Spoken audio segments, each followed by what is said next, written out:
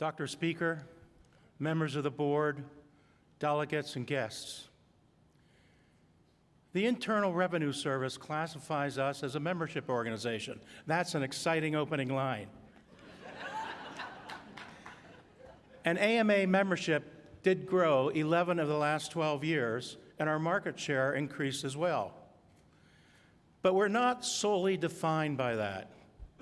The AMA engages physicians in multiple ways, and it's more like an equation.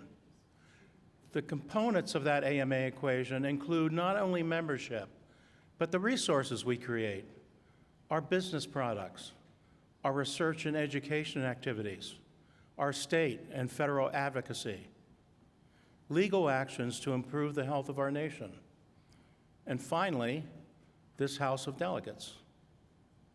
The House is a vital component of that AMA equation, with policy being your product.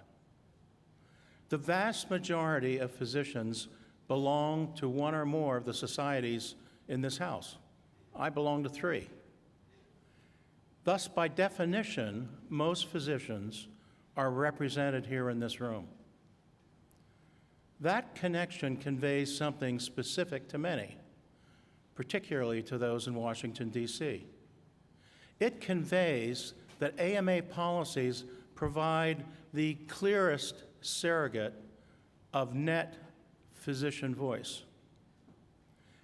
Now, having said that, there's another fact to wrestle with. Although physicians love democratic debate, we also highly value our independence of thought.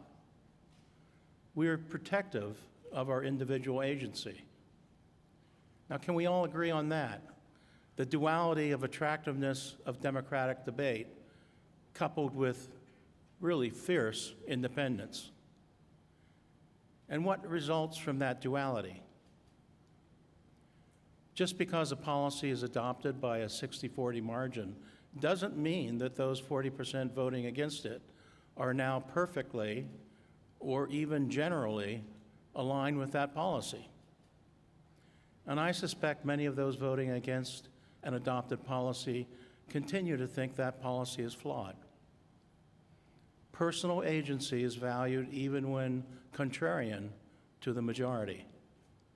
And I experienced that tension on entering the AMA as CEO 12 years ago. When asked about a health issue, I had to recognize that the answer to such questions was simply, AMA policy states X or Y. That answer is specifically responsive to the real question being asked, and that is, what do physicians broadly think about this topic? This habit of deference to our policy also aligns with what sociologists refer to as the wisdom of the crowd. Group decisions do arc toward wisdom. That tension between agency and democracy gets amplified in the current environment, an environment of tension around social conflicts of today. A few weeks ago, I learned of a physician who had been a member of the AMA for 43 years and now was canceling his membership. So curious, I gave him a call. We had a really nice warm chat, and at the end he offered to treat me to lunch.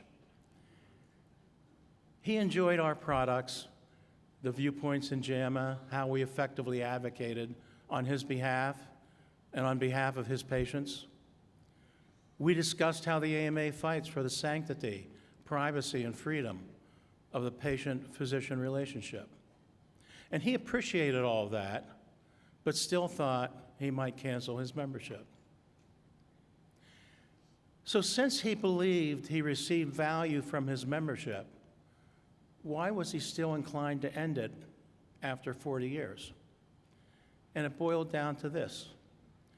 Regardless of the various benefits and alignments, his decision hung on a strong objection to one, and I repeat, one specific policy. Now, to me, this seemed a bit unreasonable in the sense of his agency being so so narrowly vested in a single issue. On the other hand, who knows, I might be cantankerous in a few years myself. The reason I share this physician story is because increasingly our national environment tilts toward defining our individual stance by where we differ instead of where we agree.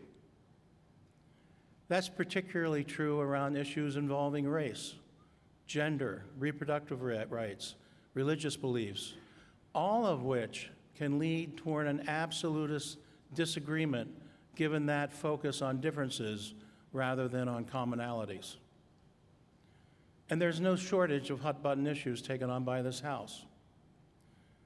You debate and discuss firearm violence, reproductive health, vaccine science, gender-affirming care, the consequences of structural racism, and other topics. The result of these debates are House policies, some of which lead to the creation of new programs and initiatives, such as the AMA Center for Health Equity. That's important work that now extends to the newly launched Truth, Reconciliation, Healing, and Transformation Task Force, which was requested by this House. A task force composed of nationally recognized leaders, which will be advisory to the AMA board. And you can learn more about that at the Sunday Health Equity Open Forum. In arriving at policies on challenging topics, one might take the approach of technology forecaster Paul Saffo, and that's to formulate strong opinions weakly held. Now, strong opinions weakly held at first sounds like an oxymoron, but consider the intent. The strong opinion is such because it's based on the best available evidence. But that strong opinion is weakly held in the sense that should new evidence come along that supersedes that of the past, one should be willing to modify opinion. And that's to say, we should be willing to adjust our opinion to best fit current evidence, rather than holding tightly to views based on legacy environments.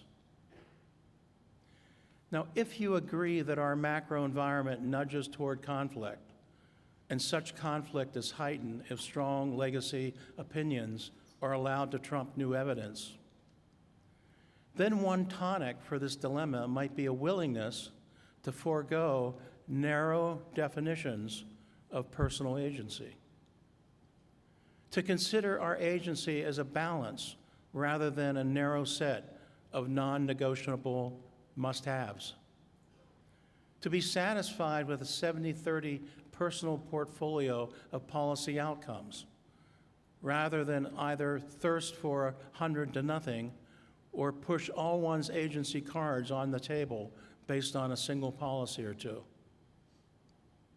To support the wisdom of the crowd as a means of moving forward the needs of patients and physicians, and doing so respecting the majority.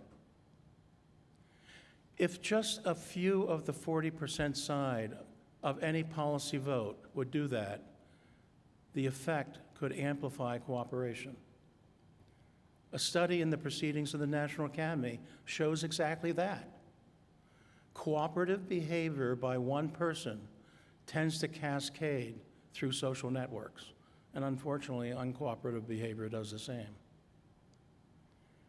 APCO Worldwide, a strategic communications firm, releases an annual branding study of 50 impactful associations representing all industries. And the AMA represents physicians within the 6-member healthcare group.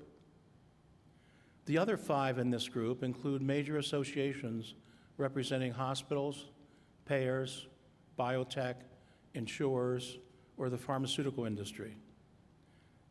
We, the AMA, routinely does well in comparison with these other associations. And one strong key performance indicator is unified voice of the profession. We can be stronger yet more effective if we are willing, even if only to a degree, to accede to the wisdom of this crowd. And that is to nudge ourselves to embrace, or at least not actively resist, the resulting votes of this House, and doing so as a means of tipping the cap to the overall wisdom of physicians. Typically, in my comments to the House, I highlight advances in our strategic framework, but my intent here was different.